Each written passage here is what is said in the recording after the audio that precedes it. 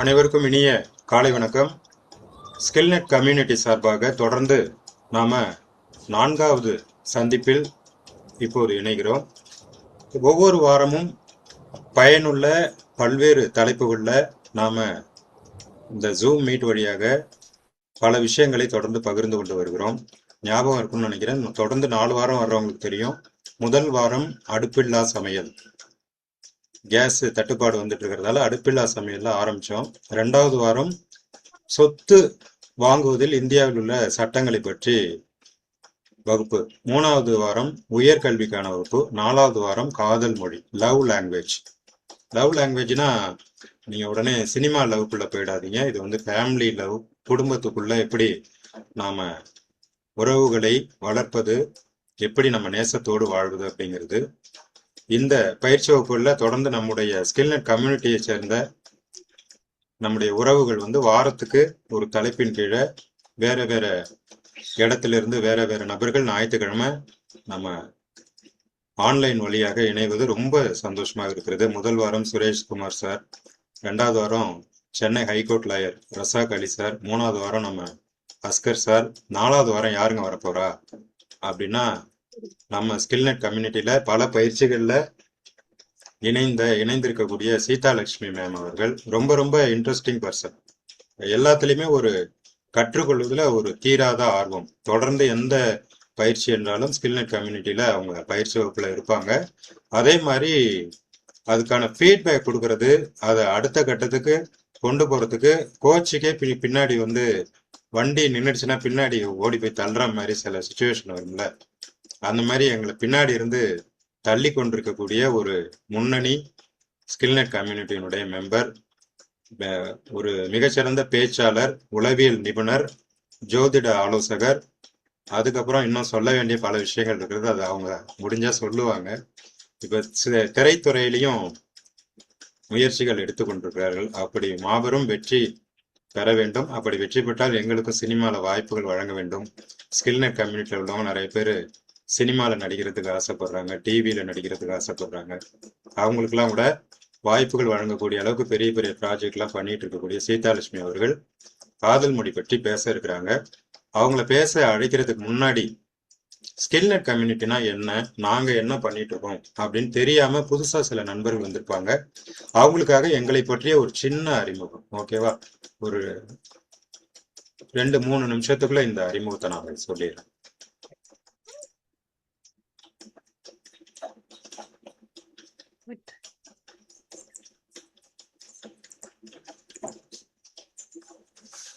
ஸ்கில்நெட் community வந்து இணையதளம் வழியாக பல்வேறு பயிற்சி வகுப்புகளை தொடர்ந்து நடத்தி வருகிறது. வாரத்துல 7 நாள்னா 7 நாளைக்கும் 7 விதமான பயிற்சிகள், நிறைய பயிற்சிகள் நடத்திட்டு இருக்கிறோம். எல்லா நாளும் பயிற்சி நடந்துகிட்டே இருக்கும். இதுல சனி ஞாயிறு மட்டும் என்னுடைய வகுப்பு diploma in digital media technology. இந்த பயிற்சி மூலியமா நீங்க ஆர்டிபிஷியல் இன்டெலிஜென்ஸ், ஏஐ டூல்ஸ் எப்படி யூஸ் பண்றது, சோசியல் மீடியா எப்படி யூஸ் பண்றது, டிசைனிங் எப்படி பண்றது, ஆடியோ ரெக்கார்டிங் எடிட்டிங் எப்படி பண்றது, வீடியோ எடிட்டிங் எப்படி பண்றது, கண்டென்ட் கிரியேஷன் எப்படி பண்றது, டிஜிட்டல் மார்க்கெட்டிங், ஆர்கானிக் மார்க்கெட்டிங் எப்படி பண்றது, எல்லாத்தையும் உங்களுக்கு தமிழ்ல தெளிவா சொல்லி கொடுப்போம். சரியா? இதுக்கு வயது வரம்பெல்லாம் எதுவுமே கிடையாது. நீங்க வந்து ஆர்வம், ஈடுபாடு இருந்தா மட்டும் போதும். சோசியல் மீடியால, ஃபேஸ்புக்ல, இன்ஸ்டாகிராம்ல, வாட்ஸ்அப்ல, யூடியூப்ல நம்ம எவ்வளவு நேரம் செலவு பண்றோம் ஒரு நாளைக்கு, அதை அப்படியே கொஞ்சம் மடைமாற்றி உங்களை ஒரு கிரியேட்டராக மாற்றுகிறோம். உங்கள் எதிர்காலத்தை உருவாக்கக்கூடிய பல்வேறு விதமான ஆன்லைன் பயிற்சி வகுப்புகளை நாங்கள் ஸ்கில்நெட் தமிழ் ஆன்லைன் கிளாஸஸ் மூலியமாக நடத்தி கொண்டிருக்கிறோம். இது அரசு அங்கீகாரம் பெற்ற சான்றிதழோட உங்களுக்கு இதை வழங்கி கொண்டிருக்கிறோம். இந்த பயிற்சி வகுப்பானது என்எஸ்டிசி, நேஷனல் ஸ்கில் டெவலப்மெண்ட் கார்பரேஷனுடைய பயிற்சியோடு இந்த வகுப்பானது நடைபெறுகிறது. 6 மாத பயிற்சி, ஓராண்டு பயிற்சி எல்லாமே இருக்கிறது. இதுல பாத்தீங்கன்னா புதுமையான கல்வி, புதுமையான அனுபவம், எல்லாமே பிராக்டிஸா இருக்கும். இந்த கம்யூனிட்டியில இருக்கக்கூடிய படிக்கக்கூடிய நண்பர்கள், வகுப்பு எடுக்கக்கூடியவங்க எல்லாரும் சேர்ந்ததுதான் இந்த ஸ்கில்நெட் கம்யூனிட்டி. ஓகேவா?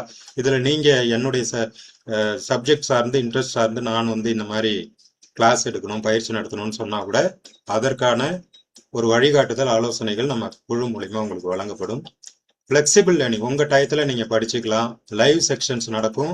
பின்னாடி ரெக்கார்டிங் கொடுத்துருவோம். அதனால லைவ் செக்ஷன் இன்கேஸ் அட்டன் பண்ண முடியலன்னா கூட ரெக்கார்டிங்ல நீங்க பார்த்துக்கலாம். இப்ப நம்ம கம்யூனிட்டி மீட் கூட அப்படிதான். இப்ப நம்ம இருக்கிறவங்க கம்மியா இருந்தாலும் இந்த வீடியோ வந்து இந்த ஒரு வாரத்துக்குள்ள குறைஞ்சபட்சம் 2000 பேர்ல இருந்து 5000 பேர் வரைக்கும் பார்த்துருவாங்க. அப்புறம் நிறைய ப்ராஜெக்ட்ஸ், இன்டர்ன்ஷிப்பு, காலேஜ் ப்ரோக்ராம்ஸ் எல்லாமே நாங்கள் பண்ணிட்டு இருக்கோம். Work shop, direct work shop பண்ணிட்டு இருக்கோம்.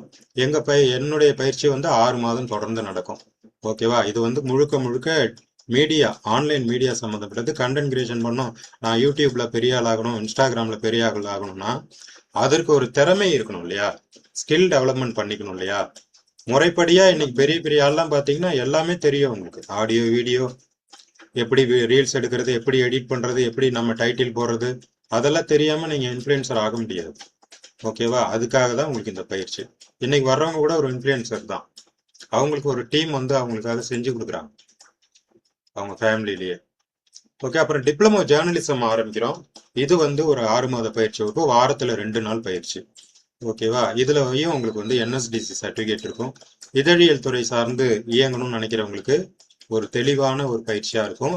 எல்லாமே ரொம்ப ஈஸியா இருக்கும். அப்புறம் PG diploma in digital media technology 1 year கோர்ஸாகவும் நீங்க ஜாயின் பண்ணிக்கலாம்.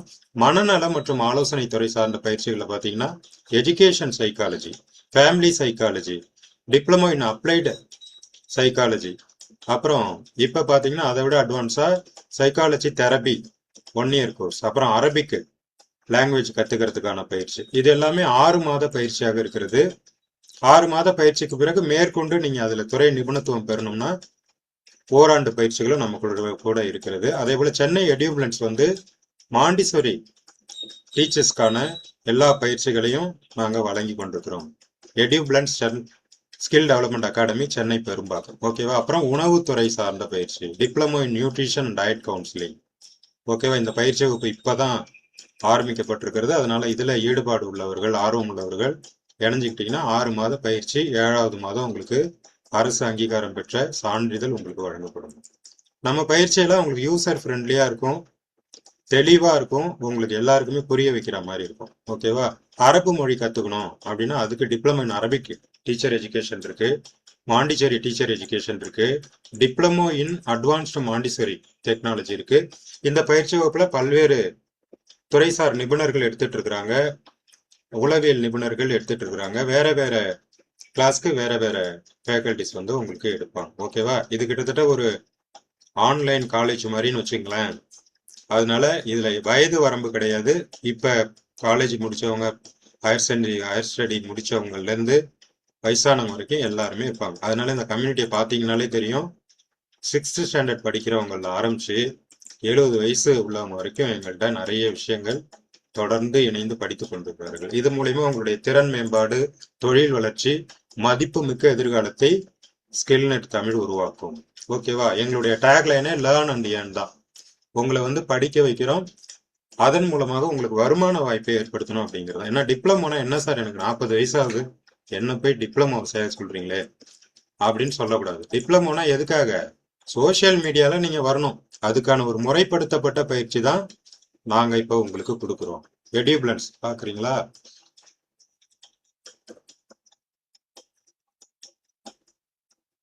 எடியூப்ளன்ஸ் அகாடமி தான் நமக்கு NSDC சர்டிபிகேட்டு ப்ரொவைட் பண்றோம். இது வந்து எடியூப்ளன்ஸ் அகாடமி மாண்டிச்சேரிக்கான இணையதளம். இதுல நீங்க எல்லாமே நீங்க ரெஃபர் பண்ணிக்கலாம். என்னென்ன கோர்ஸ் இருக்கு எல்லாமே நீங்க பார்த்துக்கலாம். ஸ்கில்நெட் சார்பாக நீங்க ஸ்கில்நெட் தமிழ்னு போட்டீங்கன்னா அந்த இணையதளத்துல பார்த்துக்கலாம். ஓகேவா?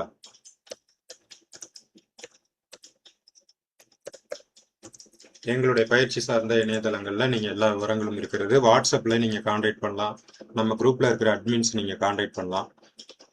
நீங்க ஒரு கம்யூனிட்டியில ஒரு மீட் கொடுக்குறேன் சார், நான் ஒரு கிளாஸ் கொடுக்குறேன் சார் அப்படின்னா நீங்க என்ன சப்ஜெக்ட் கொடுக்க போறீங்க அப்படிங்கறத எங்கள்கிட்ட தெரிவிச்சுட்டு நீங்க கிளாஸ் கொடுக்கலாம். நாங்க கல்லூரிகளுக்கும் நிறைய பயிற்சிகள் வந்து கடந்த ஆண்டு தொடங்கி நிறைய எடுத்துட்டு இருக்கிறோம்.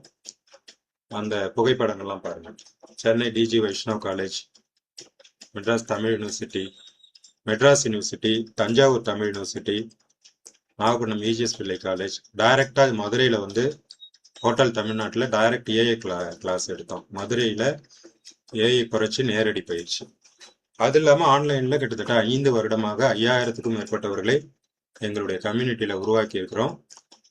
எங்களுடைய கம்யூனிட்டியில ஒருத்தவங்க தான் இன்னைக்கு நம்ம பார்க்க போற சீதாலட்சுமி அவர்கள். லவ் லாங்குவேஜ், நான் வந்து டைட்டில் நீங்களே கொடுங்கன்னு சொன்னா அவங்க கொடுத்தது காதல் மொழி. காதல் மொழியை கேட்க ரொம்ப ரொம்ப ஆவலோட இருக்கிறோம். ரெடியா இருக்கீங்களா? வரலாம் வாங்க. எல்லாம் கிளியரா இருக்கா? ஆடியோலாம் போடுங்க சேட்ல. ஆடியோ வீடியோ எல்லாம் கிளியரா இருக்கா? சேட்ல போடுங்க. கிளியரா இருக்குங்க சார். சூப்பர். வந்துட்டீங்களா லேப்டாப்ல? வந்துட்டேன் sir. Thank you. Super. Good morning sir.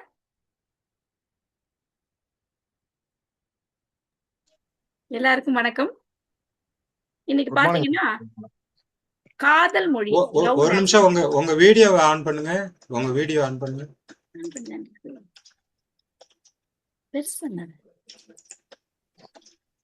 ஆன்ல தான் சார் இருக்கு. சீதாலட்சுமியில தானே இருக்கீங்க? சீதாலட்சுமியில தானே இருக்கீங்க? வேற ஆமாங்க வேற சார். ஐடியில இருக்கீங்களா? இல்லைங்க சார், இப்ப பாருங்க ஆன்ல தான் இருக்கு. பேசிட்டு இருக்காங்க. சீதாலட்சுமிக்கு பிக்சட் போட்டோ தான் வருது, வீடியோ வரலையே. ஃபர்ஸ்ட் வந்தது, அப்புறம் ஆஃப் ஆயிடுச்சு. அப்ப இது என்ன மொபைல்ல வருது? மொபைல்ல வந்துட்டீங்களா?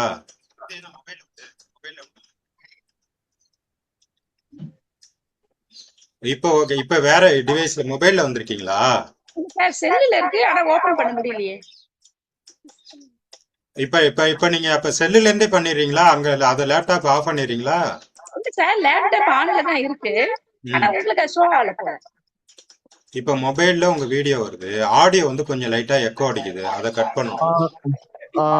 சார் அவங்க ஆடியோ 2 லைன்ல வருது சார், எக்கோ வருது பாருங்க. ஒரு நிமிஷம். அப்ப நம்ம மத்தவங்கள பார்த்து கட் பண்ணி விட்டுற வேண்டியதான். இப்ப சீதாலட்சுமி 2 லாகின்ல இருக்கீங்களா நீங்க? ஒன்னும் கேட்கல சவுண்ட். நீங்க மொபைல்ல மட்டும் இருங்க. அப்ப மொபைல்ல மட்டும் இருங்க, கம்ப்யூட்டரை சுத்தரவா ஆஃப் பண்ணிடுங்க. சார் அவங்க பிபிடி பிரசன்டேஷன் இதுதான் சார் போடுவாங்க. இல்ல சார், பிபிடி இல்ல சார், அவங்க டைரக்டா பேசுறேன்ட்டாங்க சார். அதுக்கு மொபைல் போதும் சார், அதுக்கு லேப்டாப் தேவையில்ல. அதான் சார், மொபைல் போதும். ஓகேவா? பேசுங்க. மௌன படம் தான் ஓடிட்டு இருக்கு. ஆடியோ வரலையா? ஆடியோவை அன்மியூட் பண்ணீங்களா? ஆடியோவை அன்மியூட் பண்ணுங்க. ஓகேங்க சார், ஆன் பண்ணிட்டேன். இப்போதான் அன்மியூட் பண்ணிருக்கீங்க. சூப்பர் சார் வணக்கம். பேசலாங்களா? ஒரே ஒரு நிமிஷம், நான் சொல்லும் போது தான் பேசணும். ஓகே. நான் உங்களை ஸ்கிரீன்ல வந்து கரெக்டா ஃபிட் பண்ணிக்கிறேன்.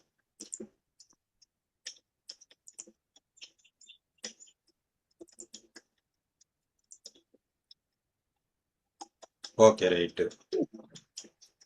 ஏசி தெரியுது, ஏசி வரைக்கும் ஃபுல்லா தெரியுது. கொஞ்சம் உங்களை மட்டும் காட்டணும். ரைட்.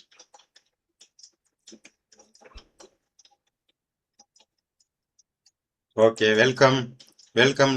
உங்களுடைய காதல் மொழியை நீங்க ஆரம்பிக்கலாம். வணக்கம் சார், எல்லாருக்கும் வணக்கம். இந்த பெரிய ஒரு ஆப்பர்ச்சுனிட்டியை எனக்கு ஸ்கில் நெட் எடிம் பிளஸ் வழங்கியதற்கு மிக்க நன்றி. பிரபாகர் சார் உங்களுக்கு வணக்கம். அஸ்கர் சார் உங்களுக்கு பெரிதான வணக்கம். நன்றிங்க சார். இப்பொழுது நான் காதல் மொழி, லவ் லாங்குவேஜ் பற்றி உங்ககிட்ட பகிர்ந்துக்க போறேன்.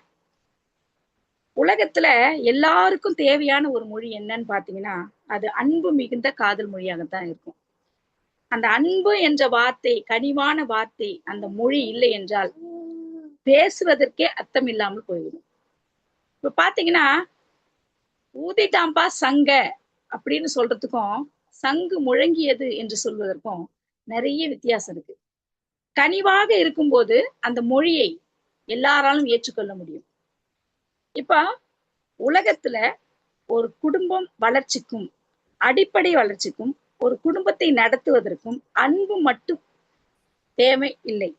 அன்பு மட்டும்தான் பெருசுன்னு நினைச்சீங்கன்னா, அன்போடு சேர்ந்து அதை நம்ம எப்படி உணர்வு பூர்வமாக புரிய வைக்கிறோமோ அதுதான், அதுக்கான மொழிதான் அன்பின் காதல் மொழி. இந்த காதல் மொழியை உறவுகளுக்கு இடையில நம்ம செலுத்துறோம்னு வச்சுக்கோங்களேன். ஒரு குடும்பத்தில் இருக்கிற குடும்ப அங்கத்தினர்களிடையே செலுத்துகிற போது அவர்கள் அந்த மொழியை எப்படி புரிந்து கொள்கிறார்கள்? ஒரு சிலர் என்ன செய்வாங்கன்னா, நம்ம ரொம்ப அன்பு செய்வோம், ரொம்ப பாசத்தை வைப்போம், அவங்களுக்கு வேண்டியதை இது தப்பு இது சரின்னு நம்ம சொல்லுவோம்.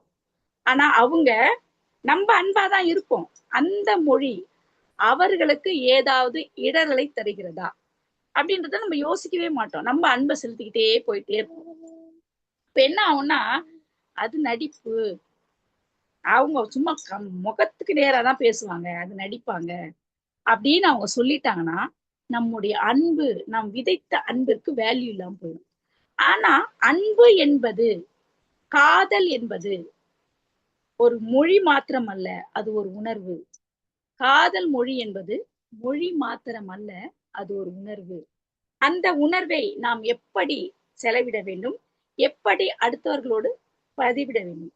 முதலாவதாக, மனிதன் என்றாலே அன்பு, பாசம், நேசம், உணர்ச்சி பூர்வமான சில விஷயங்கள் எல்லாத்தையும் கடந்து வந்தாதான் அவன் மனிதன். புரியுதுங்களா? மிருகங்களுக்கு அப்பா காதல் மொழி இல்லையா? எல்லா மிருகங்கள், பறவைகள், புழுக்கள், பூச்சிகள், ஈக்கள், கொசுக்கள் எல்லாத்துக்குமே காதல் மொழி உண்டு. புரியுதுங்களா? ஒரு பிறவியை ஏற்படுத்துகிறது காதல் மொழி. அப்படின்னா பாத்தீங்கன்னா, இப்போ ஒரு அன்பை வெளிப்படுத்தும் விதம், எடுத்தோன்னு நான் அன்பு செய்யறேன், உனக்கு தேவை என்ன, இதை வாங்கி தரேன், அதை வாங்கி தரேன், எல்லாமே வாங்கி கொடுத்து, எல்லாமே இருக்கு, உனக்கு என்ன பிரச்சனை, அன்பா பேசல, கனிவான வார்த்தை இல்லை. எத்தனையோ குடும்பங்கள் இன்னைக்கு பாக்குறோம்.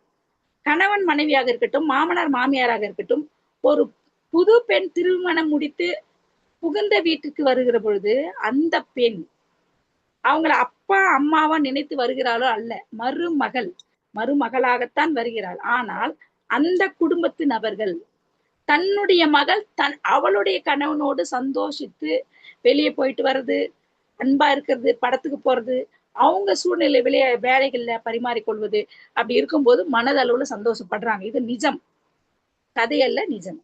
ஆனா தன்னுடைய மருமகள் தன் பிள்ளைகிட்ட, ஏன்னா அவள் வேற ஒரு பெண், தன் பிள்ளைகிட்ட அன்பா இருக்கும்போது தன் பிள்ளைக்கு ஏதோ வசியம் வச்சுட்டா அப்படின்னு சொல்லுவாங்க. இதெல்லாம் காதல் மொழிக்கு எடுத்துக்கொண்டு வரக்கூடாத விஷயங்கள். அப்ப காதல் மொழியை நம்ம எப்படி கொண்டு வரப்போகிறோம்? லவ் லாங்குவேஜ் என்றால் என்ன? கண்ணும் கண்ணும் கொள்ளையடித்தால் காதல் என்று அர்த்தமா? கண்ணு பார்த்தா காதல் ஆயிடுமா? எங்கேயோ ஒரு மாடியில இருந்து இன்னொரு மாடிக்கு சும்மா பார்த்தாவே காதல். அவங்க ரெண்டு பேர்த்து காதல் முடிச்ச மற்றவர்கள் போட்டு விடுவார்கள். ஆனா அவங்களுக்குள்ளாக என்ன அன்பு அங்கு நிறைந்திருக்கிறது? காதல் இருந்தா மட்டும்தான் அன்பு இருக்குமா? லவ்ல மட்டும்தான் அன்பு இணைந்திருக்குமா? நிச்சயமா இல்லை. புரியுதா? ஒரு மாமனாருக்கு ஒரு மருமகள் செய்கிற உதவிகளிலும், அவர்களுக்கு எடுத்து செய்கிற வேலைகளிலும், சின்ன சின்ன வேலைகள், உதவிகள் அவங்களுக்கு செய்கிற போது மகளாக செய்கிற அந்த மொழியும் காதல் மொழியே. புரியுதா? அதுல எந்த தவறும் கிடையாது. ஒரு மைத்துனருக்கு ஒரு அண்ணி செய்கிற போது அதுவும் ஒரு காதல் மொழியே. நல்லபடியா அவங்க நல்ல வேலைக்கு போயிட்டு பாப்பா, பத்திரமா போப்பா, வாப்பா என்று பேசும்போது அதுவும் காதல் மொழியே. இப்ப பாத்தீங்கன்னா, முதல்ல ஒரு சிலரை பார்த்தோன்னே பார்த்தோன்னே தெரியும், ரூடா இருப்பாங்க, ரொம்ப தெரிவாங்க, ரூடா தெரிவாங்க. இவங்க அவங்களுக்கு தகுதியானவங்களா, இவங்க தகுதியா அப்படின்னு யோசிக்கும் போது அவங்க தகுதியே இருக்காது அப்படின்னு நம்ம நினைச்சிருவோம். அவங்களுக்குள்ள சில அன்புகள், நொறுக்கப்பட்ட அன்புகள், திணிக்கப்பட்ட அன்புகள், விரக்தியான அன்புகள் இருக்கும். ஒரு சிலர் பேசவே மாட்டாங்க. யாரு? வயசானவங்க. அந்த குடும்பத்துல எதுவும் பேச மாட்டாங்க, வருதா பாப்பாங்க, செய்வாங்க. ஏன்னா அவங்களும் காதல் மொழியை கொடுத்து கொடுத்து கொடுத்து அடிபட்டு அடிபட்டு அடிபட்டு அதுல இருந்து மீள முடியாமல் அடங்கி போனவர்கள் என்றே நான் சொல்லுவேன். புரியுதுங்களா? இப்ப காதல் மொழியில முதல்ல நீங்க பாத்தீங்கன்னா, அன்பான கனிவான பேச்சு, இந்த அன்பும் கனிவும் கலந்த பேச்சு தான் காதல் மொழியில் முதலிடம். பேசவே இல்லை, நீ என்னதான் நீ செய்தாலும் அதுக்கு ஒரு தகுதியே கிடையாது, மதிப்பே கிடையாது. பேசணும், அந்த அன்பை பகிரணும். அதை எப்படி பகிரணும் அப்படின்னும் போது கனிவான வார்த்தைகளால் பகிரணும். இப்போ ஒருத்தனை பார்த்தோன்னே மாடு அப்படின்னு சொன்னா அவனுக்கு கோபம் வரும், ரொம்ப எரிச்சல் வரும், மாடு அப்படின்னா. ஆனா அவனையே அவன் பசு போலப்பா, அந்த மொழி அந்த இடத்துல அவன் பசு போல போனா என்ன செய்வான்? அவங்களுக்கு என்ன செய்யணும்? ஆண்டி வாங்க கடைக்கு கூட்டு போலாமா, வாங்க வாங்க ஆண்டி, என்ன வாங்கணும் சொல்லுங்க, நான் போய் வாங்கிட்டு வரேன்னு சொல்லுவேன். அதாவது வார்த்தைகளின் உச்சரிப்பிலே இருக்கிறது அந்த கனிவான மொழி. முதலாவதாக அந்த கனிவான மொழியை கொண்டுதான் ஒரு மனிதன் மனித நேயத்துடன் பழக முடியும்ன்றது என்னுடைய கருத்து. பாத்தீங்கன்னா வேல்யூபிள் டைம். காதல் மொழியில 5 முக்கியமான நிலைகள் இருக்கு. அந்த 5ல் ஒன்று கனிவான மொழிகளால் அடுத்தவர்களை கவர்வது, அன்பான மொழிகளால் ஈர்ப்பது. இவங்க கிட்ட சொன்னா நம்முடைய மனம் அமைதி பெறும், நம்முடைய கஷ்டம் கொஞ்சம் குறையும். ஒரு சில நேரத்துல என்னதான் பண உதவிகள் செய்தாலும் ஒரு கனிவான மொழியை கொடுத்து ஆறுதல் அளிக்கின்ற பொழுது அவங்க என்ன ஆவாங்க, என்னடா கடன் இது, நம்ம பாத்துக்கலாம் அப்படின்னு வெளியே வரக்கூடிய, கொஞ்சம் பாரம் குறையக்கூடிய ஒரு வாய்ப்புகள் அவர்கள் மத்தியிலே இருக்கு. அதை நம்ம புரிஞ்சுக்கணும். அப்ப அன்பான மொழியை எப்படி விதைப்பது? எல்லாருக்குமே மரியாதை கொடுக்காமே நீ பாட்டுக்கு திமிரா போயிட்டு இருந்தா அதுக்கான பலனை, அதுக்கான பெயரை தான் உனக்கு கொடுப்பாங்க. பெரியவங்களை பார்த்து ஒரு வணக்கம் சொல்றது, அம்மா அம்மா அன்பா கூப்பிடுறது, பெரியவங்கள் மத்தவங்க கிட்ட பழகும் போது மரியாதை செலுத்துவது. வாங்க ஆண்டி, வாங்க அங்கிள், உட்காங்க, எப்படி இருக்கீங்க ஆண்டி, எப்படி இருக்கீங்க, நல்லா இருக்கீங்களா மிஸ் அப்படின்னு கேக்குது. அடுத்தவங்க நம்மளுக்கு பாடம் கற்பித்தவர்களை மதிக்கிறதுனா உடனே அப்படி சொல்லிட்டு போயிட்டே இருக்கக்கூடாது.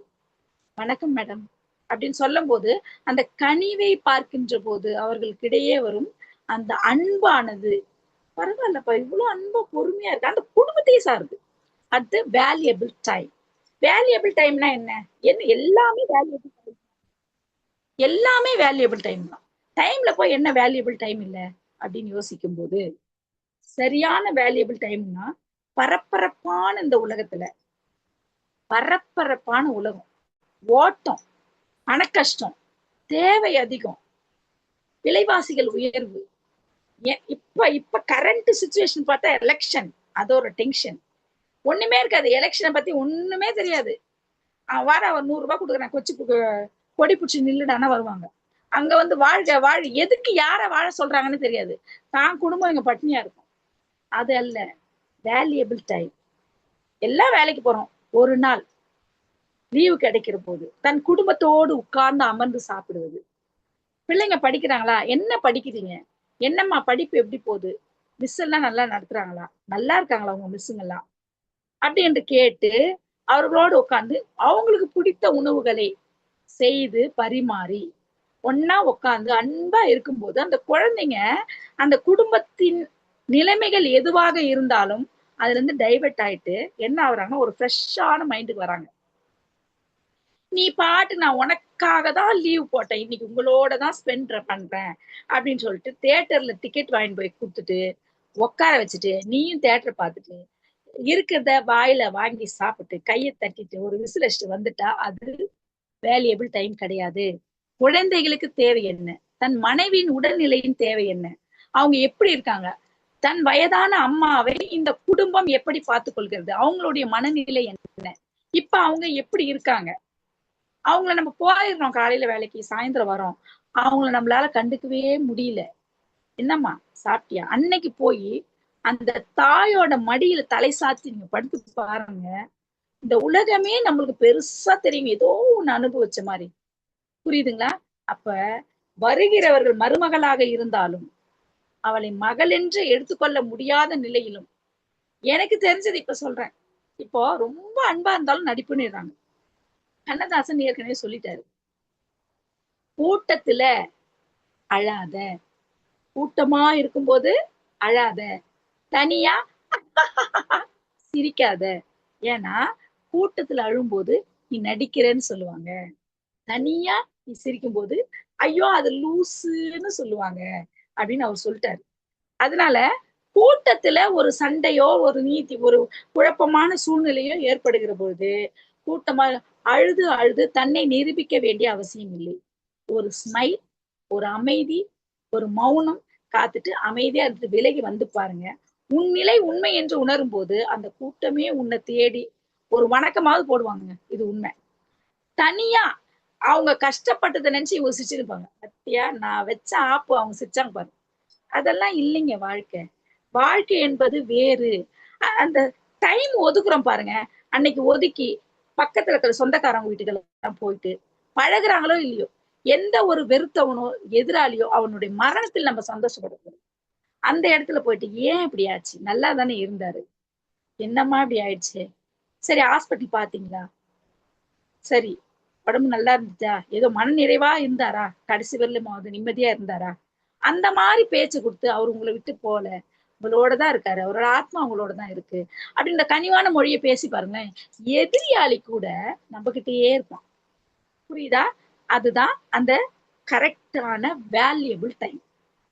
அப்புறம் கிஃப்ட்ஸ், மூன்றாவது காதல் மொழியில கிஃப்ட்ஸ். கிஃப்ட்ஸ் கொடுப்பதும் அதை பெறுவதும். எப்பயுமே கொடுப்பது சிறந்ததுங்க. நம்மளால முடிஞ்சது 10 லட்ச ரூபாய்க்கு முடியலனா கூட 10 ரூபாய்க்கு ஒரு நல்ல அழகான பெண்ணு வாங்கி படிக்கிற பிள்ளைங்க கொடுத்து பாருங்க, அவ்வளவு சந்தோஷப்படுவாங்க. அந்த ஆண்டி கொடுத்தாங்க. எனக்கு என்னை பத்தி நான் தனியா சொல்லணும்னா, எனக்கு என் பிள்ளைங்க படிக்கிறதுக்காக எங்கேயும் நான் டியூஷன் அனுப்பல. அவங்க படிக்கணும், அது ஒண்ணுதான் என்னுடைய மைண்ட். அப்ப நான் என்ன செஞ்சேன்னா, தெருவுல இருக்க பிள்ளைங்களுக்கு எல்லாம் போயிட்டு வீட்டுல டியூஷன் எடுக்கிறேன் வாங்க, எல்லாம் வருவாங்க, காசு வாங்க மாட்டேன். அவங்க எல்லாம் அந்த பிள்ளைங்களை வந்து என் பக்கத்துல உட்கார வச்சு நான் படிக்க வைப்பேன். இந்த பிள்ளைங்க என்னுடைய பிள்ளைங்க, அவங்களுக்குள்ள ஒரு மனசுல ஒரு குழப்பம் என்னவோ ஒண்ணு வந்துருதுன்னு வச்சுக்கோங்களேன், உடனே என்ன பண்ணுவாங்க, பக்கத்துல வந்து நின்று அவங்க எழுதுறதுக்கு முன்னாடி இவங்க எழுதி காட்டுவாங்க என் பிள்ளைங்க. அப்படிதான் ஒரு பிள்ளைகளையும். அப்புறம் என்கரேஜ், ஒருத்தருக்கும் என்கரேஜ் பண்ணுவேன், அன்பா பேசுவேன் அவங்க கிட்ட. நிறைய எல்லாம் வாங்கி தர மாட்டேன், நான் என்னால முடிஞ்ச வீட்லயே ப்ரிப்பரேஷன் பண்ணி அந்த பிள்ளைங்களுக்கு கொடுப்பேன். அப்ப ஆன்டி வீட்டுக்கு போனா உணவும் கிடைக்குது, அன்பா சொல்லி தராங்க, அடிக்க மாட்டாங்க, அதே நேரத்துல படிப்பும் நல்லா வருது அப்படின்ற ஒரு கான்வர்சேஷன்ல அவங்க எல்லாம் என்ன பண்ணுவாங்கன்னா என் கூடவே இருப்பாங்க. வயசானவங்க கிட்ட பழகும் போது என்னுடைய அன்பு எப்படி இருக்கும்னா கனிவா இருக்கும், மரியாதையா இருக்கும், ரெஸ்பெக்ட் அவங்களுக்கு கொடுப்பேன். அப்ப அவங்க என்ன செய்வாங்கன்னா, வயசானவங்களுக்கு அதுதான் தேவை, என்னை மதிச்சு வராளா நான் போறேன், என்னை மதிக்கிறாளா என்கிட்ட சொன்னாலா நான் செய்யறேன். இதை ஏன் எல்லாரும் ஃபாலோ பண்ணக்கூடாதுன்னு நான் கேட்கிறேன். புரியுதுங்களா? அப்போ அந்த மாதிரி பழகுவேன்.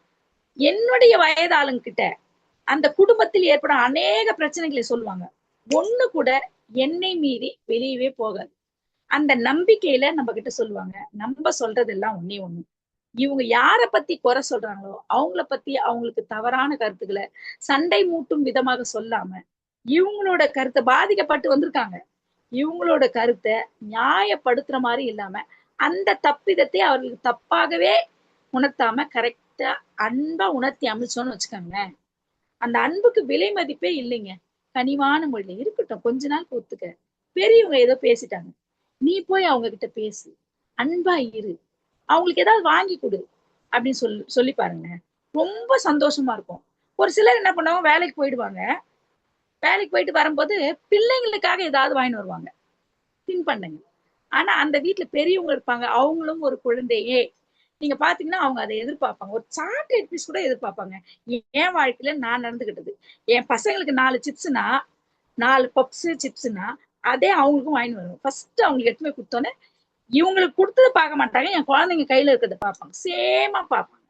அதனாலதான் சொல்றது, அவங்க கிட்ட போயிட்டு உங்களுக்கு என்ன பிடிக்கும் சொல்லுங்க நான் வாங்கிட்டு வரேன், கேட்டுதான் பாருங்களேன், என்ன குறைஞ்சிட போகுது. வேல்யூபிள் கிஃப்ட்ஸ் யாரோ ஒருத்தர், அதுக்காக இந்த கல்யாணத்துல போயிட்டு எல்லாரும் இந்த அலாரத்தை வைக்கிறாங்க பாருங்க, வால் கிளாக் ப்ரெசென்ட் பண்றாங்க, என்னால ஏத்துக்கவே முடியலங்க. எங்க வீட்டுல 122 வால் கிளாக்குங்க. என்ன கிஃப்ட் வந்திருக்கும்னு நினைக்கிறீங்க கல்யாணத்துல? நானு யாருக்குமே கொடுக்க கூடாது அப்படின்னு நானே சொல்றேன். அதை கொடுத்து என்ன பண்ண, ஒரு வீட்டுல 2 வால் கிளாக் இருந்தா போதும், அதுவும் நம்மளுக்கு மேல இருக்கணும். அது இயங்குற இயக்கத்துலதான் அந்த வால் கிளாக்கு அவ்வளவு உயரத்துல இருக்கு, தன் வேலையை தன் கடமையை சரியா செய்து கொண்டு வருகிறது. அப்போ கிஃப்ட்ன்ற பேர்ல தேவையில்லாத கொடுக்காது. இவங்களுக்கு என்ன பிடிக்கும், இவங்களுக்கு இப்ப என்ன தேவைப்படுது, அது சிறிய முதலீடா இருந்தாலும் சின்ன விஷயமா இருந்தாலும் அவங்களுக்கு அதை வாங்கி போய் கொடுத்து பழகும் போது கிஃப்டை ரிசீவ் பண்றதுக்கும், இப்ப எங்கேயோ போய் ஒரு இடத்துல கிஃப்ட் வாங்குறாங்க, இன்னைக்கு இந்த பாப்பா கல்யாணம், இன்னைக்கு இந்த பாப்பாக்கு பிரெக்னன்சி, அதாவது செய்யறாங்கன்னு வச்சுக்கோங்களேன், அப்படி பண்ணும்போது இவங்களுக்கு இன்னைக்கு இது அப்படின்னு சொல்லிட்டு பார்த்து அதுக்கேத்த மாதிரி நம்மளை நினைத்து அவங்க ஒரு கிஃப்ட் கொடுக்குறாங்க. அந்த கிஃப்ட் விலை மதிக்க முடியாத கிஃப்ட்டுங்க. அதே மாதிரி நம்மளும் அவங்களுக்கு கிஃப்ட கொடுக்கணும். கிஃப்ட் வந்து பொருளாதான் கொடுக்கணுமா, தண்ணி கொடுத்தா கூட கிஃப்ட்டுங்க. தண்ணி கொடுத்தா கூட நீங்க என்ன செய்யணும், எங்க வீட்டுக்கு வருவாங்க யாராவது, நான் தண்ணி எடுத்து ஃப்ரிட்ஜ்ல இருந்தா அப்படியெல்லாம் கொடுக்க மாட்டேன். அவங்க எதிர்க்க ஒரு கிளாஸ் கழுவிதான் எல்லாமே இருக்கும். அவங்க எதிர்க்க ஒரு கிளாஸ் எடுத்து கழுவிட்டு அலசிட்டு கை ஈரத்தோட நல்லா முழுமையா குடிச்சிட்டு போய் கொடுப்பேன். அத வந்து அவங்க என்ன நினைப்பாங்க, ரொம்ப சந்தோஷம் அக்கா, அந்த டேபிள் ஸ்லாப்ல எல்லாம் வைக்க கூடாதுக்கா, பூச்சி வரும்க்கா.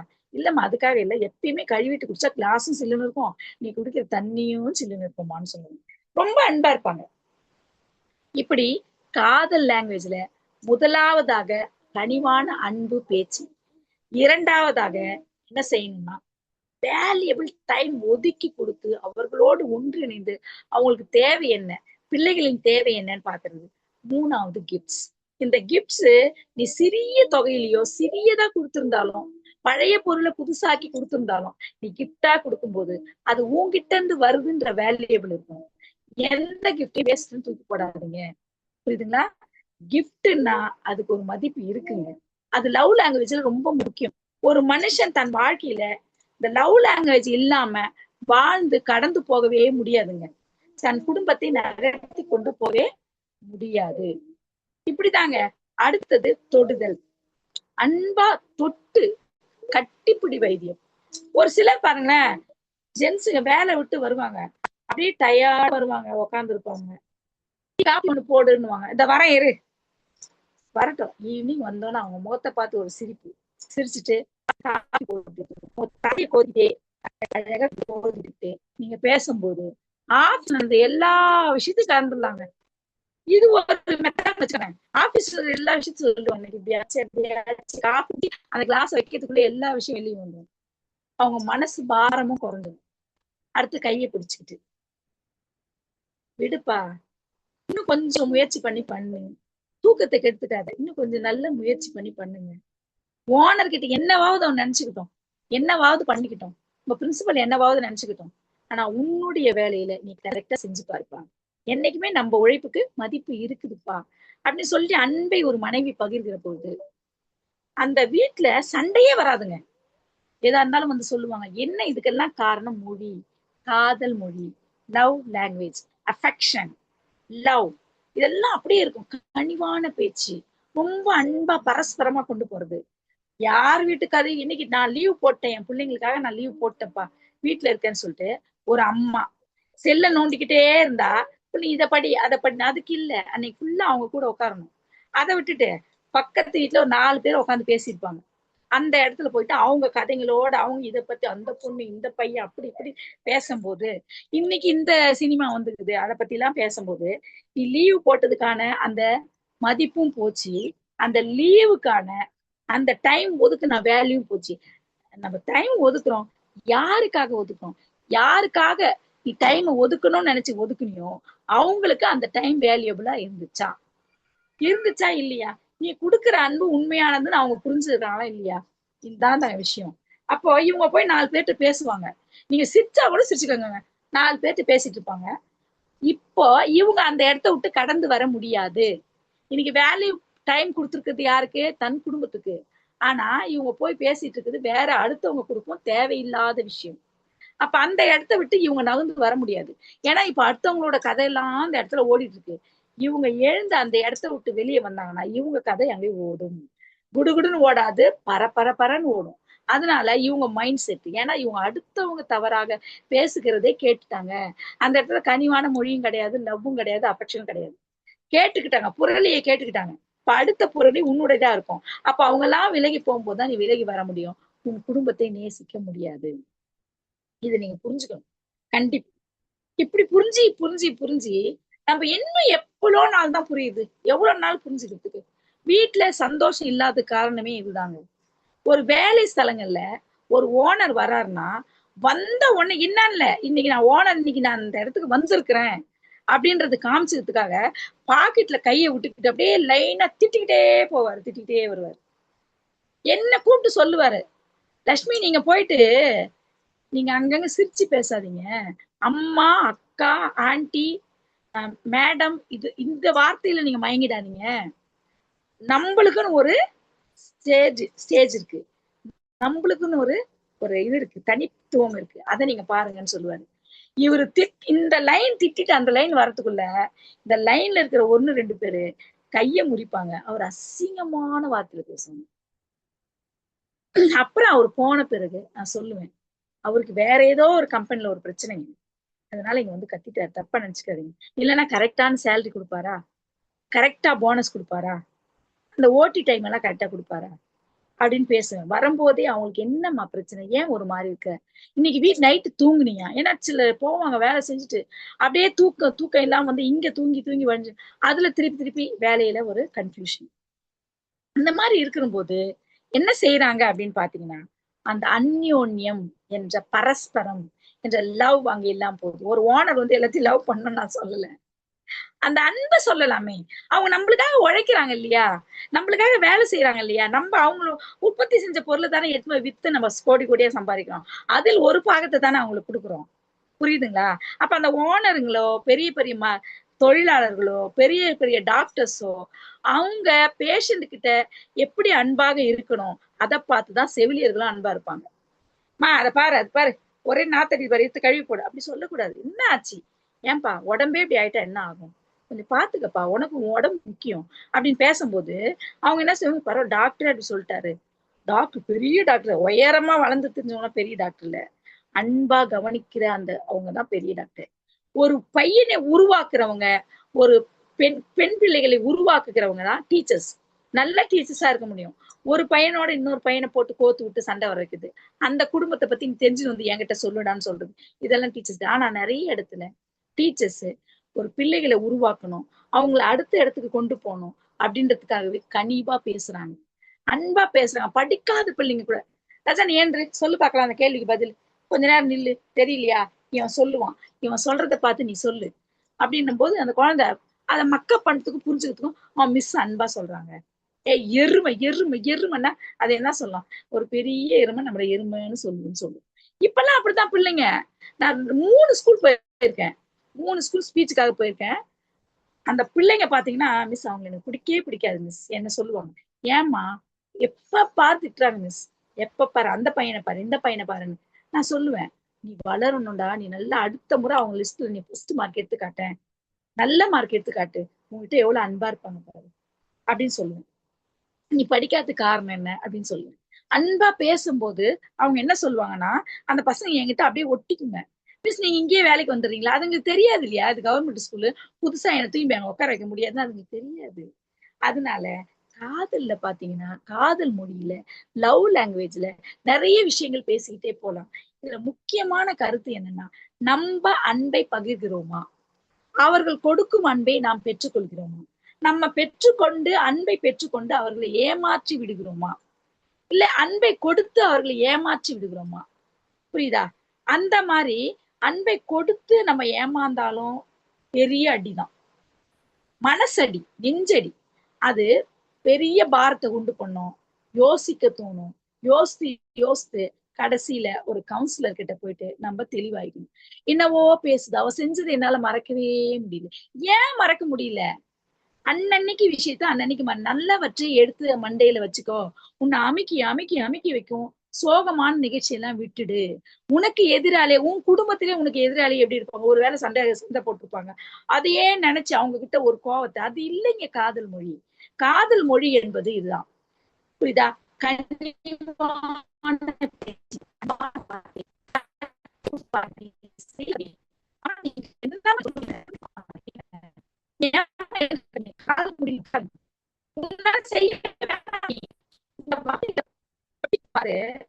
அந்த வயசு அவங்க கூட உட்காந்தே திட்டினே பெருப்பாரு,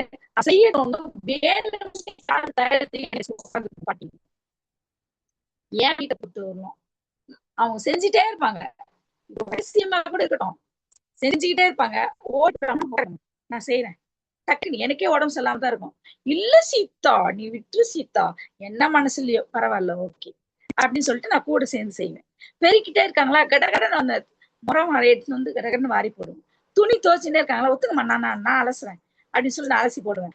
என்னால நான் செய்வேன். அப்ப அவங்க வராங்களா, யாராவது எங்க மாமியார் இருக்காங்க ரொம்ப நல்லவங்க, எனக்கு அவங்க இல்லைன்னா என்னால முடியவே முடியாது, ஒரு வேலையும் செஞ்சிருக்க மாட்டாங்க, அதுதான் ஒரு வேலையும் செஞ்சிருக்க மாட்டாங்க, அவங்க இல்லைன்னா என்னால முடியவே முடியாதுப்பா அவ்வளவு கஷ்டத்துல நான் வரும்போது கொஞ்சம் டென்ஷன் இல்லாம இருக்குது எங்க மாமியார் வீட்டுல இருந்ததான். இத கேட்டு கேட்டு கேட்டு அவங்க மாறிட்டாங்க. உண்மை அதுதான். மாறிட்டாங்க.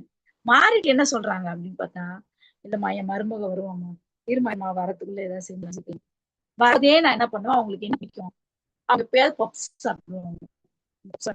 மிச்சம் கொடுப்பேன். வரும்போது அம்மா நீங்க சாப்பிட்டு மசாலா கொடுக்காதீங்க. என் பிள்ளைங்களுக்கும் வாங்கின்னு போய் இருப்பேன். ஆனா இவங்களுக்கு மட்டும் வாங்கிட்டு வந்த மாதிரி அவங்களுக்கு கொடுப்பேன். கொடுத்தோன்னு ரொம்ப சந்தோஷமாயிடும் அவங்களுக்கு. அவங்க வயசானவங்க தான். ஆனா பூ வச்சுக்க ஆசைப்படுவாங்க. நான் டெய்லி என்னால முடியுதோ முடியலையோ ஒரு முழம் பூ வாங்கி ஆபீஸ் ஃப்ரிட்ஜ்லயே 4 துண்டா கட் பண்ணி டெய்லி அம்மா உங்களுக்காக மட்டும் எடுப்பாங்க அப்படின்னு சொல்லிட்டு டெய்லி அந்த ஒரு முழம் பூவையும் 4 கட் பண்ணி கொடுத்துருக்கிறேன் நான். ஏன்னா எனக்கு அவங்களுடைய அன்பு தேவைப்பட்டுச்சு. அப்ப அன்பை எடுத்துக்கிறதுக்கும் நம்ம கத்துக்கணுங்க. எனக்கு அவங்க அன்பு தேவைப்பட்டுச்சு. ஆனா அவங்களுக்கு கொடுக்க மனது இல்ல.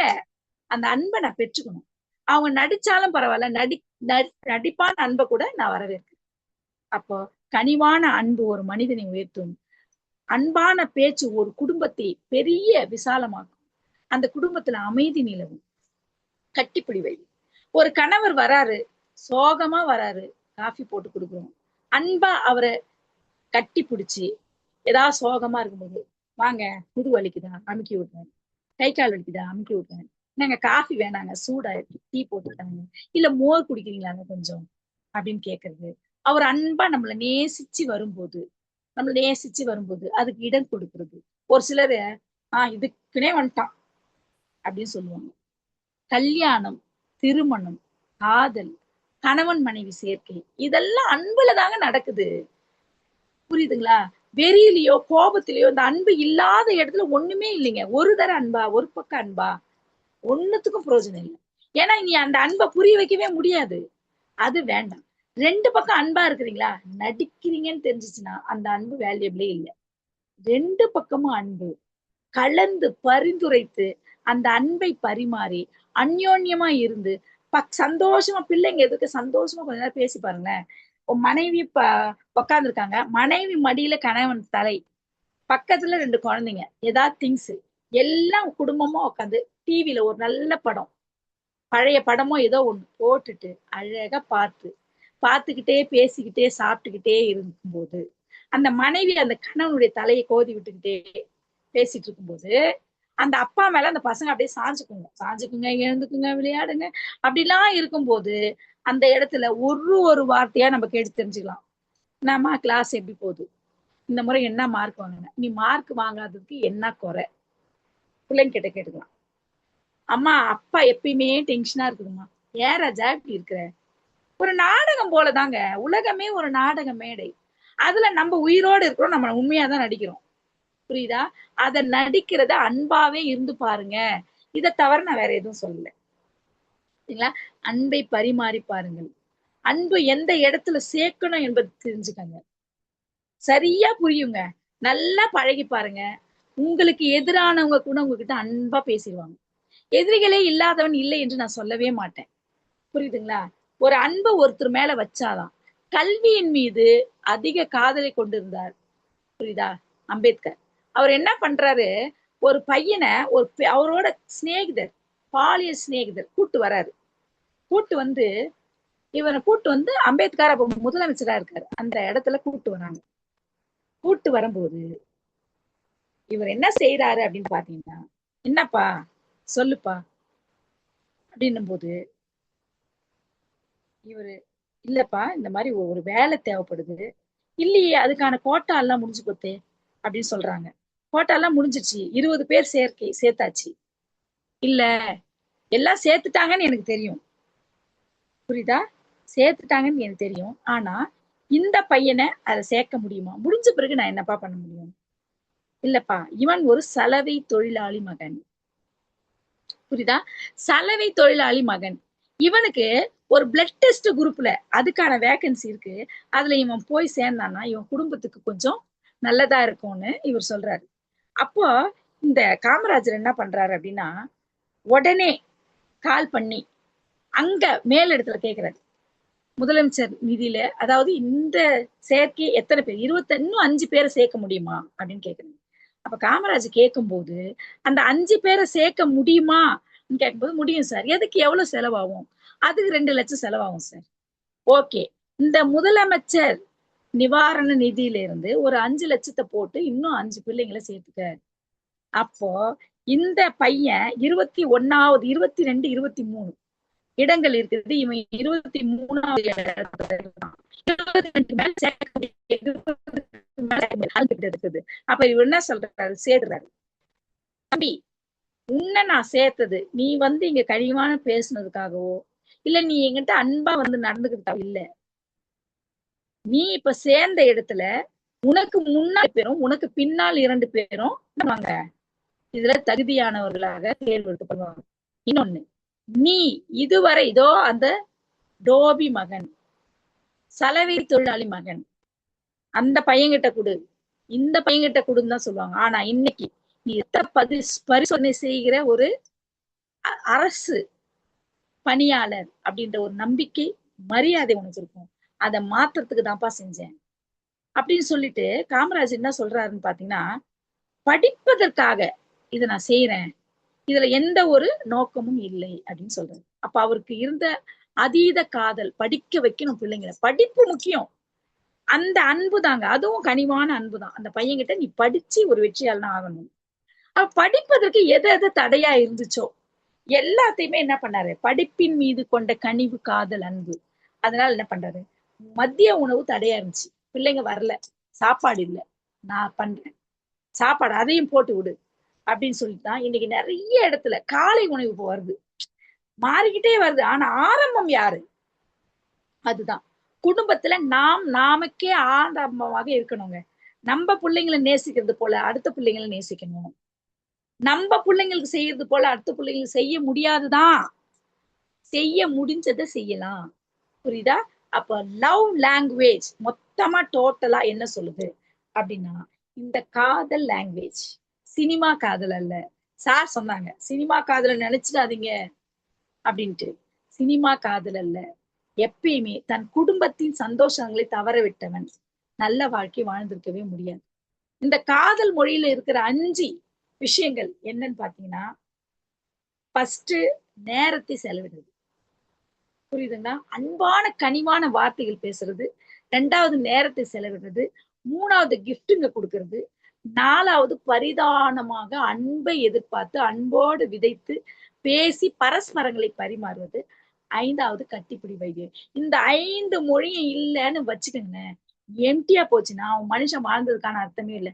நான் வாழ்ந்து முடித்தேன், சந்தோஷமாக என் வாழ்க்கையின் காலகட்டங்களை கழித்தேன் என்று சொல்லுபவன் இந்த 5 மொழிகள் வைத்திருக்க வேண்டும். இருக்கணுங்க, அது நமக்கே வரணும், புரிந்து உணரணும். புரியுதுங்களா? நம்ம ஒருத்தர்கிட்ட பேசுறோம்னா இது அன்பா பேசுறாங்களா, என்ன பேசுறாங்க? அன்பு ஒரு திருடனை கூட திருத்திருங்க, திருத்திடும். ஒரு திருடனை கூட திருத்திடும். அன்பில்லாத பிள்ளைங்களுக்கு கூட அன்பு வர வச்சிடும். பாசமா இல்லாத பிள்ளைங்க ஏனோ தான். இப்ப பாத்தீங்கன்னா சின்ன வயசுல இருந்தே ஹாஸ்டல்ல விட்டே வளர்த்துருப்பாங்க. அந்த பிள்ளைங்க அம்மா வீட்டுக்கு வந்தா கூட அம்மா விலகி இருப்பாங்க, அவங்க கிட்ட கிட்ட வருவாங்க, ஆனா அம்மா விலகி இருப்பாங்க. ஏன்னா இவங்க ஹாஸ்டல்ல இருக்காங்க, இங்க இருந்தா. ஆனா அந்த அன்பை எப்படி விதைக்கணும்? வர்ற அன்னைக்கு அவங்க லீவ்ல வராங்களா, ரொம்ப அன்பா கனிவா 4 இடத்துக்கு கூட்டு போய் இவங்க சொந்த பந்தங்கள் எந்த குடும்பம் இப்ப சொந்தமா இருக்கு? தாத்தா பாட்டி தனியா தான் இருக்கணும். புரியுதா? ஒரு கை தட்டினா ஓசை வராது. ஆனா அந்த ஒரு கையே தட்டி தட்டி தட்டி 1000 ஓசையா நிக்கிறது தான் இன்னைக்கு முதியோர் இல்லம். 1000 தென்னந்தோப்பா மாறி இருக்கு. புரியுதுங்களா? ஆனாலும் அங்கேயும் ஒரு அன்பு கனிவு. யாராவது ஒருத்தர் இப்ப யாராவது வந்து ஃபுட்டு கொடுக்குறாங்கன்னா கனிவா பேச. எங்க தாத்தா பாட்டி என்னால பார்க்க முடியும், இவங்க தாத்தா பாட்டிங்க நொந்து நூலாயின்னு கிடக்கும்.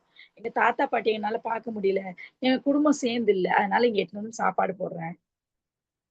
இந்த இடத்துல இந்த பசங்க பேசுறது அவங்க அவ்வளவு ரசிப்பாங்க. இவங்களுக்கு தாத்தா பாட்டி இருக்கான்னு அவங்களுக்கு தெரியாதுல்ல. ஒரு கணவன் மனைவி கிட்ட எதிர்பார்க்கறது என்ன? மேக்சிமம் என்னவா இருக்கும்? ஒரு சிரிப்பு, வந்தோன்னு சிரிச்சுட்டு பேசுறது, குழந்தைங்களை பத்தி நல்ல விஷயங்கள் சொல்றது, அன்பா இருக்கிறது. இப்போ ஒரு சின்ன குடும்பத்துல நடந்த விஷயம் என்ன அப்படின்னு பாத்தீங்கன்னா, மனைவிக்கும் கணவனுக்கும் ஏதோ பிரச்சனை. ஒரு குழந்தை, கணவன் போயிட்டாரு. எங்க போயிட்டாரு எங்கன்னே தெரியல. குடும்பத்தை விட்டு சண்டை போட்டு இந்த மனைவி அவங்களோட வேண்டான்னு பிரிச்சுட்டு குழந்தைய கூட்டு வந்து இவங்க தனியா இருக்காங்க. கணவன் போயிட்டாரு. ஒரு 2-3 வருடங்கள் ஆகுது. அப்ப திருப்பி இவங்க என்ன பண்றாங்க? பரஸ்பரமா எல்லாம் பேசுறாங்க. இப்படியே பிரிஞ்சிருந்தா இப்படி, நீங்க ஒரு இடம், இவங்க ஒரு இடம். எப்ப நீங்க சேர்றதுன்னு சொல்லிட்டு பேச வராங்க.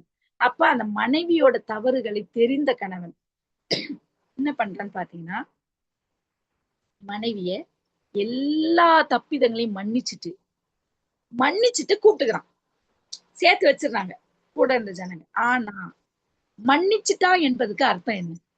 மன்னிச்சுட்டு சேர்த்துக்கிறான். இப்ப இந்த பொண்ணு வேலைக்கு போற பொண்ணு, தனியா ஒரு பார்லர் வச்சு நடத்துற பொண்ணு, தனியா கடை வைத்து நடத்துகிற பொண்ணு. இந்த பொண்ணு ஒரு முறை போனாலும் அதை பத்தி பேசுறது இல்ல. இந்த பொண்ணு இவங்க எங்க போனா திருப்பி வெளியே போயிடுவானோ. அப்ப நீங்க மன்னிச்சு ஏத்துக்கிட்டன்ற அந்த புரிதல் எங்க இருக்கு? ஒரு காதல் மொழி எங்க இருக்குது? ஒரு பரஸ்பரம் எங்க இருக்குது? நான் இதை கேட்டு ரொம்ப கோவப்பட்டு அட்வைஸ் பண்ணிட்டு வந்துட்டேன். அதனால புரிஞ்சு ஏத்துக்கிட்டீங்கன்னு சொன்னீங்கன்னா பழச எல்லாம் எரேசர் போட்டு அழைச்சிடுங்க. அப்படியே சுத்தமா தரைமட்டமாக்கிடுங்க. புதுசா வாழ்க்கையை மலர் செய்யுங்க. ஒரு பூ கொடுங்க, வரும்போதே ஒரு பூ வாங்கி கொடுங்க, ஒரு பழம் வாங்கி கொடுங்க, வண்டியில கூப்பிட்டு போங்க, தோல் மேல கை வச்சுக்க சொல்லுங்க, பெரியவங்க கிட்ட அன்பா பேசுங்க. அம்மா வரீங்களாம்மா, இல்ல உங்களுக்கு ஏதாவது படம் பிடிக்குதா, நான் போடட்டுமா, அம்மா உங்களுக்கு என்ன சாப்பாடு பிடிக்கும், உங்க சொந்தக்காரங்க யாரையாவது பார்த்துட்டு வரட்டுமா, வர வைக்கட்டுமா. இதெல்லாம் தாங்க வேலை செய்யற இடத்துல எல்லாருமே ஹியூமன் பீயிங் தான். அங்க வந்து ஏற்றத்தாழ்வுகள் பார்க்கறது, ஒரு ஸ்கூல் யூனிஃபார்ம் போடுறதே ஏற்றத்தாழ்வு இல்லாததான். இப்ப இதுலவே ஒரு ஏற்றத்தாழ்வு. எப்படி இந்த பொண்ணு அந்த பையன்கிட்ட பேசக்கூடாது, அந்த பொண்ணு அந்த பொண்ணுகிட்ட பேசக்கூடாது, அவங்க வேற ஜாதி, இவங்க ஜாதி மதம் எல்லாம் இருக்கு. யார் இல்லைன்னு ஃபர்ஸ்ட் போனோன்னா கவர்மெண்ட்ல சர்டிபிகேட் கேட்கறது எந்த ஜாதி. ஜாதி இல்லா ஒரு உலகம் உருவாகுமோ இல்லையோ தெரியாது. ஆனா அன்பு இல்லாம எதையுமே உருவாக்க முடியாது. காதல் இல்லாம எதையுமே உருவாக்க முடியாது. காதலுக்கும் அன்புக்கும் இணைந்த மொழிதான், காதலையும் அன்பையும் இணைக்கக்கூடிய மொழிதான் காதல் மொழி. அன்பு மட்டும் இருந்துகிட்டு பேச தெரியாம வா உக்காரு பேசு சாப்பிடு அப்படிலாம் இல்ல. அப்பா சாப்பிடு, பசிக்குதாப்பா வாப்பா, அந்த கனிவு. காதல் மட்டும் இருக்கும். என்ன பண்றான், எங்க போறான், ஏதா பண்றான். எங்க வீட்டுக்காரர் எடுத்துக்கோங்களேன், சிம்பிள். இது கதையா கூட இருக்கட்டும், கதை இல்ல இந்த இடத்துல சொல்றதா கூட இருக்கட்டும். எப்பயுமே வந்து இப்ப கண்டக்டரா இருக்காரு, பேசுற வார்த்தைங்க ஒரு சில வார்த்தைங்க ரொம்ப குத்தும். என்ன பேச மாட்டாரு, பேசவே மாட்டாரு. அப்புறம் அவர் என்ன பண்ணுவாரு, எப்பயுமே ஒரு வார்த்தை சொல்லுவோம். நான் மதுரை, இங்க கல்யாணம் நாங்க இந்த அசிங்கமான வார்த்தைகள் பேசுறது கொஞ்சம் அம்மா அப்பா பேசுனதுல. அப்பா இறக்கும் போது 74 வயசு. அவர் இறக்கும் போது கூட எங்க அம்மாவை என்ன புள்ள வந்து அதை எடுத்து போடு புள்ள, சாப்பிட்டியா புள்ள, பிள்ளைங்க சாப்பிட்டாங்களா புள்ள, ரத்தனம் அப்படின்னு தான் கூட்டு பழக்கம். இவரு என்ன சீதா அடுத்தது ஆத்தான்னு சொல்லிட்டு ஒரு கேவலமா ஸ்லம்ல சொல்லுவாங்கல்ல, அந்த வார்த்தையை சொல்லுவாங்க. எனக்கு கொஞ்சம் அசிங்கமா இருக்கும். அந்த டைம் டக்குன்னு திரும்பி பார்த்து உள்ள போயிடுவாங்க. பார்த்துக்கிட்டே இருந்தேன். ஒரு நாள் அவங்க அம்மா இதுக்கே கேக்குறாரு, சீதா அதுக்கப்புறம் வருது, அது என்ன பண்றாரு, அம்மா உங்க அம்மான்னு சொல்லுவாங்களே அந்த வார்த்தையை போட்டு. அப்ப நான் என்ன பண்ண, அவங்க அம்மா இருந்தாங்க, எல்லாரும் இருக்கிறாங்க. அவங்களுக்கு சிரிப்பு, என்ன திட்டினா, ஏன்னா எதுவும் பேச மாட்டேன் அதனால திட்டுறாங்க, சிரிக்கிறாங்க. அவன் எது கேட்டாலும் இது அப்படியே இருக்குது. அப்படி இல்ல, எனக்கு கூச்சமா இருக்கு அந்த வார்த்தையில கேட்கறது. அப்ப நான் என்ன சொன்னேன், புரிஞ்சு வாட்ச் அப்படின்னு. எனக்கு நல்லா புரிஞ்சு, ஏன்னா நான் டியூஷன் எடுக்கிறேன், வேலைக்கு போறேன், வெளியெல்லாம் நல்லா பேசுறேன். இவங்களுக்கு எதுக்கு என்னன்னு தெரியல, எல்லா பெண்களும் ஒரு சிக்குன்றாங்க. அந்த மாதிரி புரிஞ்சு வாட்ச் அப்படின்னு. உடனே இந்த இவர் என்ன பார்த்தாரு. நான் நினைச்சேன் அந்த பையன் இப்படியே பேசினுவான், எப்ப பார்த்தாலும் அசிங்க. அவங்க அம்மாவும் அதை ஏத்து சாரி என்ன இவர் இப்படியே பேசினுக்கிறாரு, அவங்க வீட்டுல என்ன இப்படி பண்றாங்க அப்படின்னு யோசிச்சுட்டு இருந்தேன். புரிஞ்சு போச்சுன்னு என்னன்னு கேட்டாரு. அதாவது எப்ப பாரு இந்த வார்த்தையே சொல்ற, ஒருவேளை உனக்கு என்ன பிடிக்கிறதுக்கு முன்னாடி எங்க அம்மாவை குடிச்சிட்டு போல இருக்குது, அதனாலதான் அடிக்கடிக்கு நீ இந்த வார்த்தையை சொல்றன்னு சொன்னேன். அவ்வளவுதான், அசிங்கப்பட்டாருங்க. பட்டுட்டு எல்லாரும் இந்த நாள் இன்னும் அசிங்கமா போயிடுச்சு. அதுக்கப்புறம் என்ன பண்ணாரு, பேசுறது அந்த மாதிரி வார்த்தையில விட்டுட்டாரு. ஆனாலும் பேசுவாரு, என்கிட்ட பேசுவாரு. ஒரு மாசத்துல 2 மாசத்துல எட்டி பார்ப்பேன் அந்த வார்த்தை. பாப்பா போயிட்டு வரலாம், எங்க அம்மா மேல ஆசை வந்துச்சு உனக்கு, வா போயிட்டு வரலாம் அப்படின்னு சிரிச்சுக்கிட்டே தான். இவ்வளவு நாள் சிரிச்சுக்கிட்டே நம்பு போயிட்டே இருப்பேன். அன்பான வார்த்தைகளை பேசுங்க, கனிவான வார்த்தைகளை பேசுங்க. அட்வைஸ்ன்னு யாருக்கும் பண்ணாதீங்க. 2 முறைக்கு மேல அட்வைஸ் பண்ணவே பண்ணாதீங்க. ஏன்னா அட்வைஸ கேட்கறவங்க ஆள் கிடையாது. இப்போ உலகத்துல அட்வைஸ கேட்கறதுக்கு ஆள் கிடையவே கிடையாது. நீங்க சொல்றது அட்வைஸ்ன்னு நினைச்சா அதை சுத்தமா கேட்க மாட்டேன். தேவையான இடத்துல கீழ்ப்படியவில்லை என்றால் தேவையில்லாத இடத்துல எல்லாருமே அடிமையா தான் இருக்கும். அதனால தேவையான இடத்துல அன்பை செலுத்தணும். தேவையே இல்லாத இடத்துல அன்பை செலுத்தா பேர் கெட்டு போயிடும். புரியும்னு நினைக்கிறேன் எல்லாம் படிச்சவங்க நம்ம குரூப்ல. புரியுதா? தேவையான இடத்துல அன்பை செலுத்து. கணவனுக்குரிய அன்பை கணவனிடம் செலுத்து, தாய்க்குரிய அன்பை தாயிடம் செலுத்து, மாமியாருக்குரிய அன்பை மாமியாருக்கு செலுத்து, அவங்களும் அம்மா தான். மாமனாருக்குரிய அன்பை மாமனாருக்கு செலுத்து, புரியா? மச்சனருக்குரிய அன்பை மச்சனருக்கு செலுத்து. இப்ப எல்லாத்துலயும் குடும்பத்துல பிரச்சனைகள் வரதே இதுதான். எந்த குடும்பமே சேமா இல்ல, சேர்ந்து இல்ல. அக்கம் பக்கத்து வீட்டார்கிட்ட அன்பா பழகு, பாசமா தெரிஞ்சுக்கோ. ஒருத்தவங்க உடம்பு சரியில்லை என்னன்னு கேளு. என்ன ஆச்சுங்க, வாங்க ஹாஸ்பிட்டலுக்கு போலாம், இல்ல இதை குடிச்சு பாருங்க, நான் ரெமிடி சொல்லிட்டு வந்துருவேன், இதை குடிச்சு பாருங்க, கொஞ்சம் வாங்க தைலத்தை தேய்ச்சி விட்டுமா, கேட்டு பாருங்க. அடுத்து உங்க அவங்க தேய்ச்சி விடுவாங்க தைலம். அந்த மாதிரி ஒரு அன்பை விதையுங்கள், அன்பை பகிருங்கள், பாசமாக இருங்கள். இதுதான் என்னுடைய இன்றைய தலைப்புக்கான லவ் லாங்குவேஜ். இதுல தவறுகள் இருந்தாலும் தப்பிதங்கள் இருந்தாலும் என்ன மன்னிச்சிருங்க. அதே நேரத்துல எனக்கு ஸ்கில் நெட் எடும் பிளஸ் இந்த ஒரு தருணத்தை ஏற்படுத்தி கொடுத்ததுக்கு ரொம்ப நன்றி. பிரபாகரன் சாருக்கும் என்னுடைய அஸ்கர் சாருக்கும் மிகுந்த நன்றிகளை நான் ஏறெடுக்கிறேன். தொடர்ந்து உங்களோடு பயணிக்க நான் ஆசைப்படுகிறேன். எந்த தலைப்பாக இருந்தாலும் என்கிட்ட கொடுங்க, என்னை பயன்படுத்துங்க. அவ்வளவுதான். நன்றி சார். ரொம்ப நன்றி, ரொம்ப மகிழ்ச்சி. சூப்பரா கிளாஸ் எடுத்தீங்க. ஆனா இடையில கொஞ்சம் நெட்டு போயிட்டு வந்துச்சு. நல்லா இருந்துச்சு, சூப்பரா இருந்துச்சு. ரொம்ப அற்புதமான வகுப்பு, அனைவருக்கும் பயனுள்ள ஒரு பயிற்சி வகுப்பு. வேற நம்ம சீதாலட்சுமி அவர்கள் சொன்ன காதல் மொழியில ஏதாவது சந்தேகம் இருந்தா இப்ப கேட்கலாம். அவங்க உளவியல் பயிற்சி அளிக்கக்கூடியவர், கவுன்சிலிங் பண்ணக்கூடிய அளவுக்கு அவங்க நிறைய பேருக்கு வழிகாட்டுதல் வழங்கி கொண்டிருக்கிறார்கள். அது இல்லாம முக்கியமா ஒரு பெரிய இன்ஃப்ளூயன்சர். அவங்க இன்ஸ்டாகிராம்ல நிறைய ஃபாலோவர்ஸ் வச்சிருக்கிறாங்க. அவங்கள்ட்ட இருந்து தான் நம்ம இன்ஸ்டாகிராம் இப்படி நம்ம டெவலப் ஆகுறதுன்னு கத்துக்கணும். அது கூட ஒரு பயிற்சி கொடுத்தீங்கன்னா நல்லா இருக்கும்.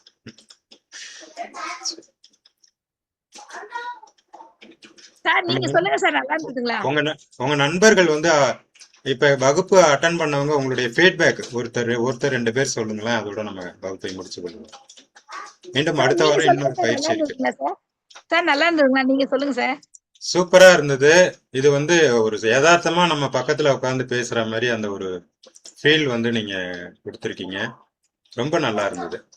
காதல் மொழியில பாத்தீங்க அப்படின்னா பாராட்டு வார்த்தைகள், நேரம் கொடுக்கணும். நிறைய பேர் பணத்தை கொடுத்துட்டு நேரத்தை கொடுக்க மாட்டேங்கிறாங்க, மொபைலை தூக்கி கையில கொடுத்துட்றாங்க. அப்புறம் செயல்கள் மூலமாக நம்ம வந்து அன்பை பகிர்ந்து கொள்ள வேண்டும். பரிசுகள் மூலமாக, பரிசுகள் பெறுவதன் மூலமாக. அப்புறம் கட்டிப்பிடி வைத்தியம், நம்ம கமல் சார் சொன்ன மாதிரி கட்டிப்பிடி வைத்தியம் வரைக்கும் எல்லாத்தையும் சூப்பரா எக்ஸ்பிளைன் பண்ணீங்க. ரொம்ப அற்புதமா இருந்துச்சு. அது வந்து ஒரு கிளாஸ் மாதிரிலாம் இல்லாம நீங்க பக்கத்துல உட்காந்து பேசின ஒரு ஃபீல் கொடுத்தீங்க. அதுக்கே உங்களுக்கு ஒரு பெரிய பாராட்டுகள். நம்ம நண்பர்கள் சொல்லலாம், எப்படி இருந்ததுன்னு சொல்லுங்க.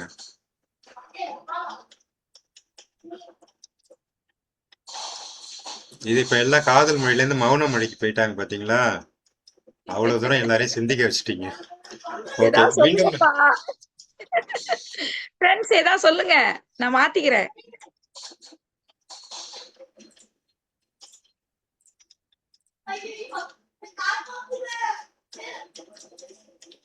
ஓகே, நம்ம ஸ்கில்நெட் கம்யூனிட்டியில வாரந்தோறும் இந்த மாதிரி ஒரு சந்திப்பு இருக்கிறது.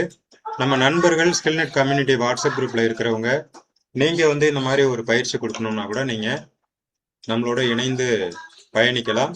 அதே போல சீதாலட்சுமி மேம் தொடர்ந்து அடுத்தடுத்து வேறு சில தலைப்புகளில் பயிற்சிகள் அவ்வப்போது நமக்கு வழங்குமாறு அன்போடு கேட்டுக்கொள்கிறேன். மீண்டும் சந்திக்கும் வரை அன்புடன் விடைபெற்று செல்வது உங்கள் காரைக்கால் கே பிரபாகரன் மற்றும் ஆலூர் எம் முகமது அஸ்கர். நன்றி, வணக்கம்.